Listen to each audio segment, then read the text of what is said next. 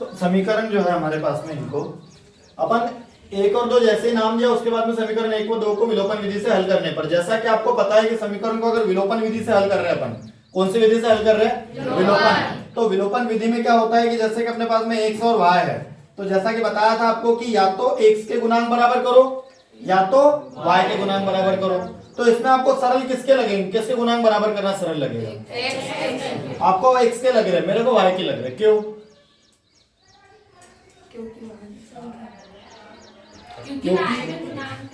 नहीं, भाई में गुणांक तो दोनों में ही है ना भाई। इसमें भी देखो y के सामने कुछ नहीं तो 1 है, और इसमें y के सामने कुछ नहीं तो क्या 3 है या नहीं है? लेकिन यहाँ पर देखो, यहाँ पे माइनस है और यहाँ पे प्लस है, दोनों के सिंबल अलग अलग है, और उसमें अपने को सिंबल अलग अलग करना पड़ता है। आ रही है बात समझ में कि नहीं आ रही है?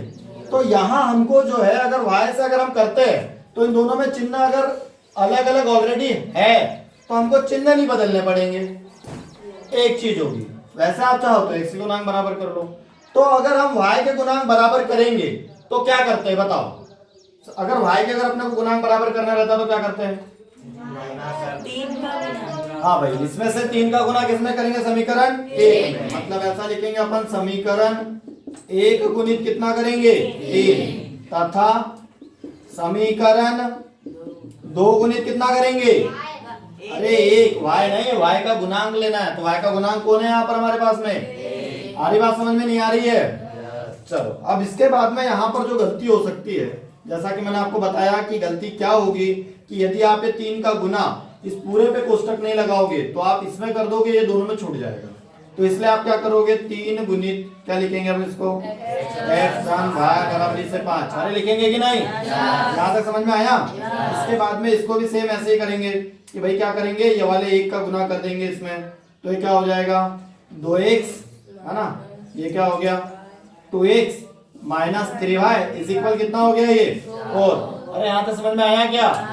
आगे देखिए भाई क्या होगा इसके बाद में हमारे पास में कि 3 का मल्टीप्लाई x में हो जाएगा तो कितना आ गया? 3x। फिर ये प्लस है, प्लस 3 का मल्टीप्लाई y में हो गया, 3y आ गया। ठीक है, 3 का मल्टीप्लाई 5 में हो गया, 3 5 जा 15। आई बात समझ में नहीं आई? अब 1 का मल्टीप्लाई जिसमें भी करो वही का वही मान आना है कि नहीं? तो 1 का मल्टीप्लाई 2x में हो गया तो 2x आ गया, ये प्लस माइनस क्या हो गया? माइनस।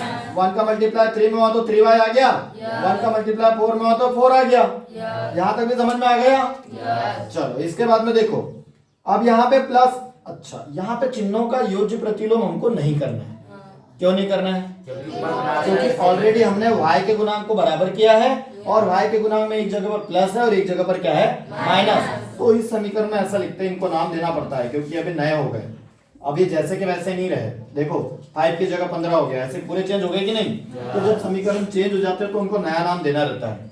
हाँ, ये वाला आपको नहीं लग रहा होगा लेकिन फिर भी दे सकते हो। तो अब यहाँ हम क्या लिखेंगे? समीकरण 3 व 4 को जोड़ने पर क्या लिखते हैं यहाँ पे?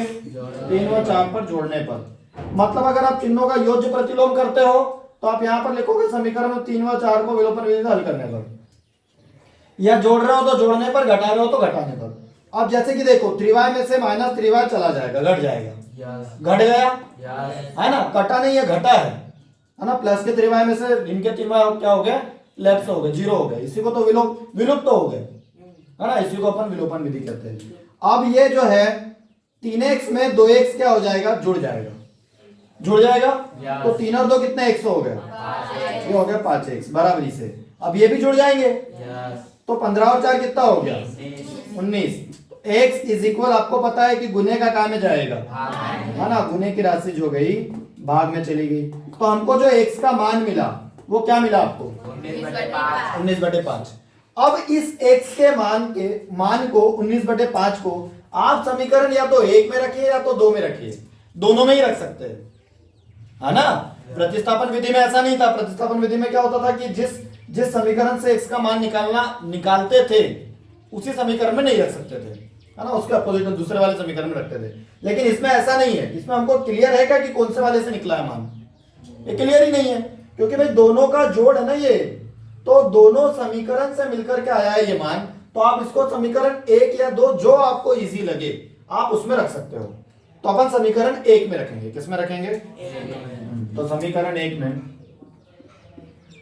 समीकरण 1 में, है ना, x का मान रखने पर, x का मान रखने पर, ठीक है। अब देखो भाई, हमारे पास में समीकरण 1 क्या है, x धन y बराबरी से 5, यह है समीकरण 1, ठीक है। तो यहां पर हम क्या लिख देंगे, x धन y बराबरी से 5। अब x की वैल्यू हम क्या रखने वाले हैं, 19/5। तो हम यहां पर जो है 19/5 रख देंगे, 19/5 प्लस ये हो गया y बराबरी से क्या हो गया, हाँ भाई, मान किसका निकालना है, यहाँ पे हमको निकालना है। तो 19/5 का क्या कर देंगे उधर, हाँ, तो इधर पॉजिटिव है तो उधर कैसा हो जाएगा, है ना, धनी है तो उधर कैसा हो जाएगा, ये ऋणी हो जाएगा, है ना। तो 5 माइनस 19 अपॉन में कितना हो गया, 5। अब आपको पता है कि यहाँ पे क्या करना होगा, इसके बटे में कुछ नहीं तो भाई माइनस, ऐसे परिमेय संख्या के जो रहता है माइनस, वो डायरेक्ट हो जाता है क्या, तो क्या करना रहता है, हाँ, एलसीएम किसका लेंगे भाई, एलसीएम 5 और 1 का। तो आपको पता है कि क्या आएगा एलसीएम उसका, हाँ 5 ही आना है।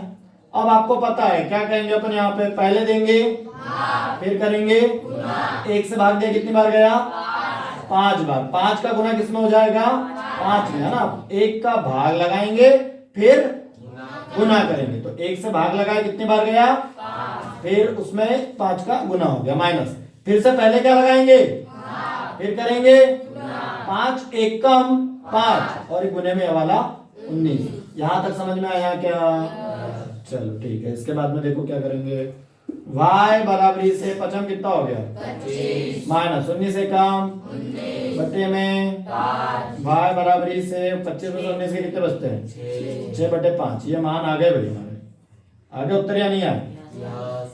तो अब हम क्या लिख देंगे, अतः, है ना, अतः समीकरण युग्म को, है ना, समीकरण युग्म को विलोपन विधि से, है ना,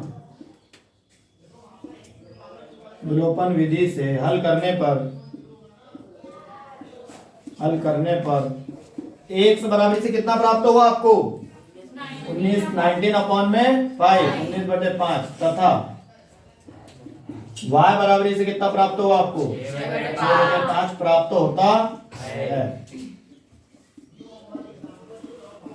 देखो अब इस सवाल को आप या तो विलोपन विधि से तो आपने कर ही लिया, आप इसको प्रतिस्थापन विधि से करोगे ना, तब भी आपको x का मान क्या मिलेगा, 19/5 और y का मान क्या मिलेगा, 6/5।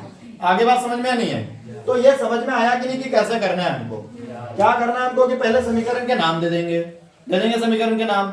समीकरण के नाम देने के बाद में उनको विलोपन विधि से हल करना है, ये लिख देंगे अपन कि विलोपन विधि से हल करने से। अब विलोपन विधि से हल करते हैं तो क्या करते हैं, तो जो दूसरा वाला समीकरण है उसके x के गुणांक का गुना पहले वाले समीकरण में करते हैं और पहले वाले समीकरण के x का गुणांक दूसरे वाले में करते हैं, या तो y का करते हैं। मतलब x या y ये दोनों चर है, इनके गुणांक को बराबर करना है, उनके कोफिशिएंट को इक्वल करना है। तो ये गुणांक बराबर हो जाएंगे हमारे पास में, इनका गुना करने से ये बराबर हो गया। उसके बाद में प्लस माइनस जो भी करना है आपको वो करके, और x की वैल्यू निकल जाएगी। x की वैल्यू को हम समीकरण 1 या 2 कहीं पर भी पुट कर सकते हो जहां पे आपको इजी लगे, और उसके बाद में उसको y की वैल्यू अपन निकाल सकते हैं। आया समझ में कि नहीं आया, चलो ठीक है।